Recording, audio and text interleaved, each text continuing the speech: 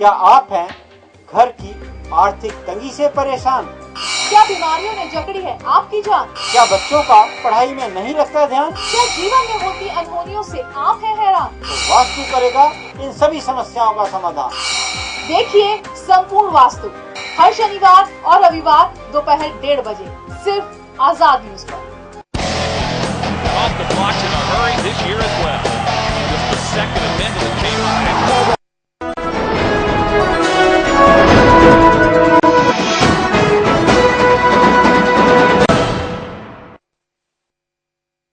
Headlines के प्रायोजक हैं पंजाब नेशनल बैंक। चीन ने ली जिम्मेदारी, हमले में सीआरपीएफ के 5 जवान शहीद। इटली को पीएम मनमोहन सिंह ने दिए कड़े संकेत, नौसैनिकों को नहीं भेजने के होंगे गंभीर परिणाम। अगस्ता हेलीकॉप्टर घूसकांड में एसपी त्यागी पर कसा शिकंजा, सीबीआई ले सकती है हिरासत में। रेल सफर फिर हो सकता है महंगा, रेल मंत्री ने बुकिंग और कैंसिलेशन सरचार्ज बढ़ाने के दिए संकेत।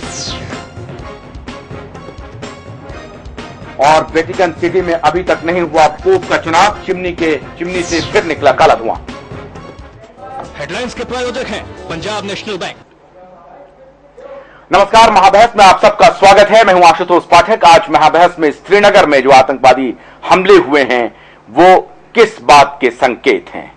आतंकवादी जब जहां जैसे चाहता है भारत की सुरक्षा को तार तार कर देता है। कुछ दिन पहले ही हैदराबाद में आतंकवादी हमला हुआ और उसमें 15 लोगों की जानें गईं और बड़ी संख्या में लोग घायल हुए।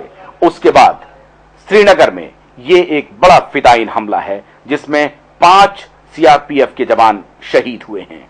ये भारत के सॉफ्ट स्टेट का मामला है क्या? आज इसी मुद्दे पर महाबहस शुरू करेंगे।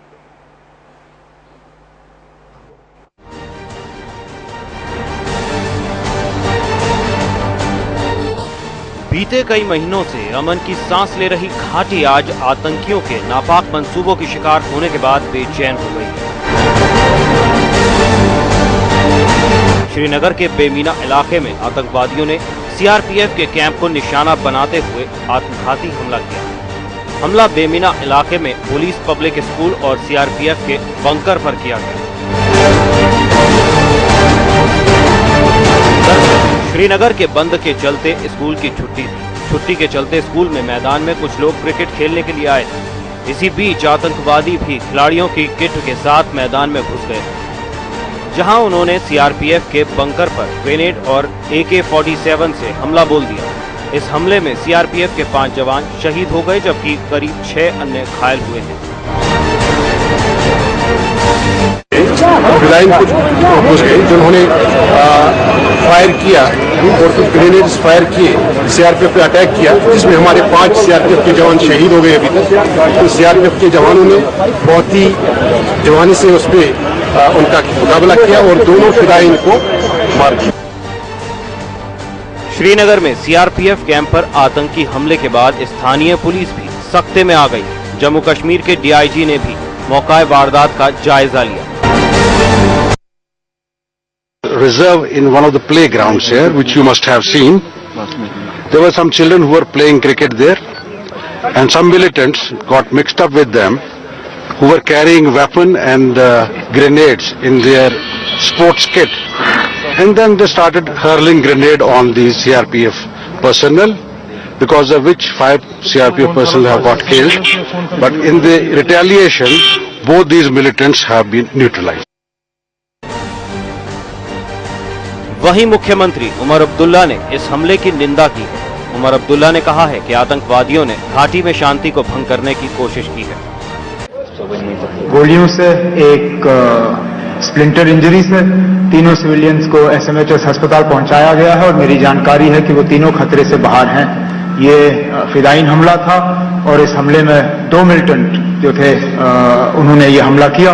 दोनों मिलिटेंटों को मारा गया है और जो अटैक है वो तो न्यूट्रलाइज किया गया है, लेकिन उस अटैक के दौरान 5 हमारे सीआरपीएफ के जवान, जैसे मैंने कहा, वो शहादत पा गए और 5 जख्मी हुए। मैंने सोचा कि ये जानकारी मैं फौरी तौर हाउस के साथ शेयर कर लूं। ये बेमिना चौक श्रीनगर में आज सुबह 11:15 बजे का वाकया है। सीआरपीएफ कैंप पर आतंकवादियों के कायरतापूर्ण हमले की चौतरफा निंदा हो रही है। पीडीपी नेता महबूबा मुफ्ती ने हमले की कड़े शब्दों में निंदा की है। Chief Minister from time to time had been talking. We have been watching the TV channels. That's what we know. We are still waiting for the details. Thank you. Time to time had been talking. Cricket खिलाड़ी बनकर मैदान में घुसे आतंकियों ने cricket kit को अपना हथियार बनाया और सीआरपीएफ जवानों को अपना निशाना। जवाबी कार्रवाई में सुरक्षा बलों ने 2 आतंकियों को मार गिराया, जबकि 2 आतंकी फरार होने में कामयाब हो गए। लेकिन इस सब के बीच एक सवाल कि क्या अब वो वक्त आ गया है जब भारत को आतंकवाद के खिलाफ कड़ा संदेश पड़ोसी मुल्क पाकिस्तान को देना होगा। ब्यूरो रिपोर्ट, आजाद न्यूज।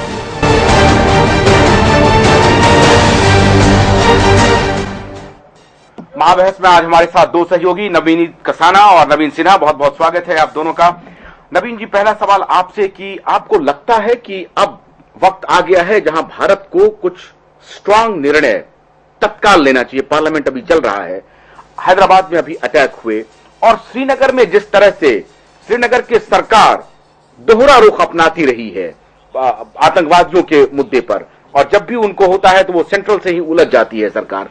आज ऐसा लग रहा था कि मुख्यमंत्री सिर्फ बयान दे रहे हैं घटना का कि इतने आतंकवादी आए, उन्होंने ये हमला किया, उसमें कहीं से भी ये कमिटमेंट नहीं लग रहा था कि हम इसके खिलाफ मुकाबला करेंगे, और फिर एक बार कहेंगे कि ये सेंटर की कमजोरी है, हमारे इंटेलिजेंस फेल्योर है। मतलब ये है कि आतंकवादियों के सामने हमारी सरकार पूरी तरह से घुटने टेक चुकी है।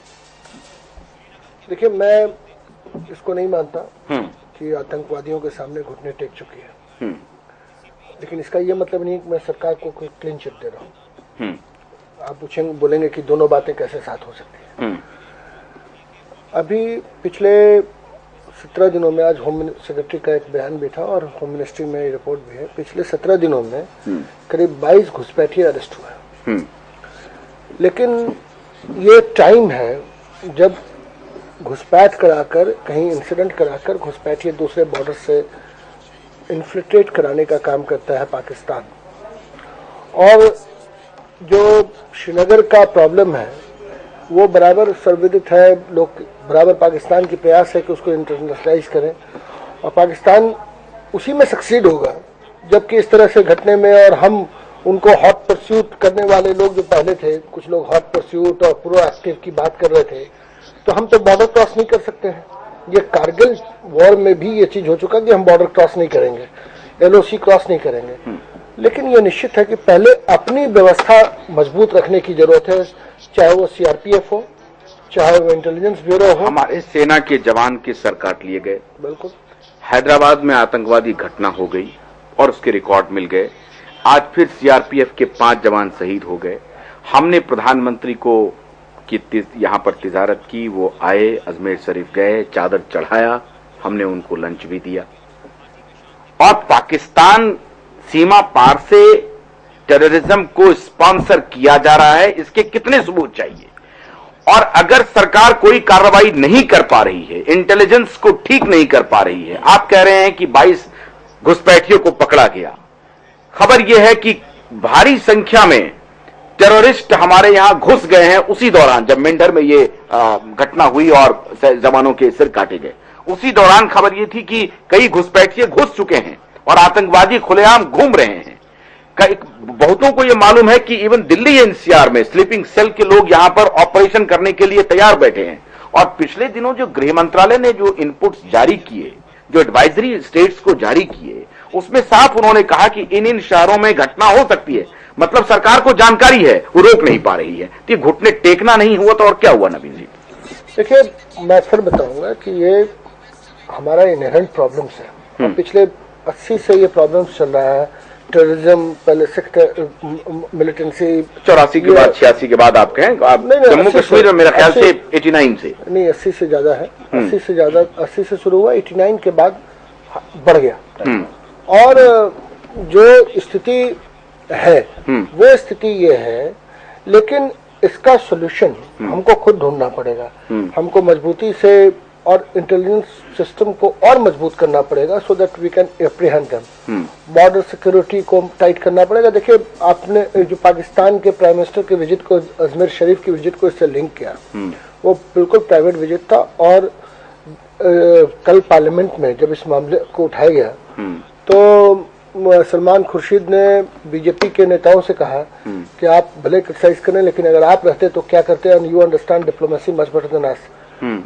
इंडिया का कल्चर भी नहीं है और इंडिया ऐसे भी कोई भी देश रूड नहीं हो सकता, खास करके अजमेर शरीफ जो है पूरे सॉफ्ट स्टेट को की छवि को हम तोड़ेंगे कैसे? 5 सीआरपीएफ के जवान शहीद हो गए। देखिए उसके कोई जस्टिफाई नहीं कर सकता है। हम क्या कर रहे हैं? आज हिना रबानी कौर ने भी इसको कंडेम किया, लेकिन क्या है उन्होंने जब पाकिस्तान के प्राइम मिनिस्टर से टेररिज्म की बात की गई तो उन्होंने कहा कि हम भी इससे जूझ रहे हैं। ये शेर की सवारी का है मामला। अब हिजबुल मुजाहिदीन या लश्कर, मैं तो उससे पहले अमेरिका को डबल स्टैंडर्ड का दोषी मानता हूं। अमेरिका ने दाऊद इब्राहिम और लश्कर के चीफ हफीज सईद और लकड़वाला जो हिजबुल मुजाहिदीन का चीफ है, तीनों को टेररिस्ट के हिट लिस्ट में 1, 2, 3 के नाम से दिया हुआ है। उसामा बिन लादेन के लिए वो ऑपरेशन सील कर सकते हैं। कभी एक ड्रोन का exercise they can do it for Hafiz Saeed. जब अमेरिका आज पाकिस्तान पर प्रेशर डाले, अमेरिकी सरकार पाकिस्तान दोनों को अरेस्ट करके आज या तो हिंदुस्तान को साबित कर सकती है या अमेरिकन कोर्ट को दे सकती है। हम आपको रोक रहे हैं नवीन जी, एक छोटा सा ब्रेक ले रहे हैं। ब्रेक के बाद लौटेंगे तो बात करेंगे कि क्या भारत को अब सॉफ्ट स्टेट की छवि से बाहर आना पड़ेगा और उसके लिए करना क्या चाहिए, उसके लिए करना क्या चाहिए। और ब्रेक के बाद नवनीत जी से बात करेंगे। एक छोटा सा ब्रेक ले रहे हैं, महाबहस अभी जारी है।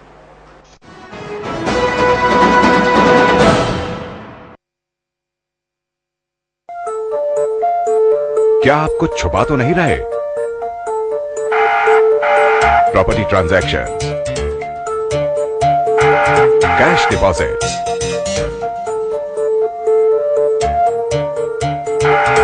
बिग परचेजेस,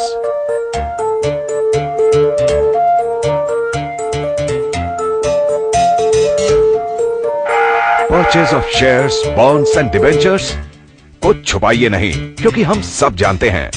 आयकर विभाग के नोटिस का इंतजार मत करिए, भरिए अपना एडवांस टैक्स ईमानदारी से इस महीने की 15 तारीख तक और बनिए भागीदार देश की प्रगति में।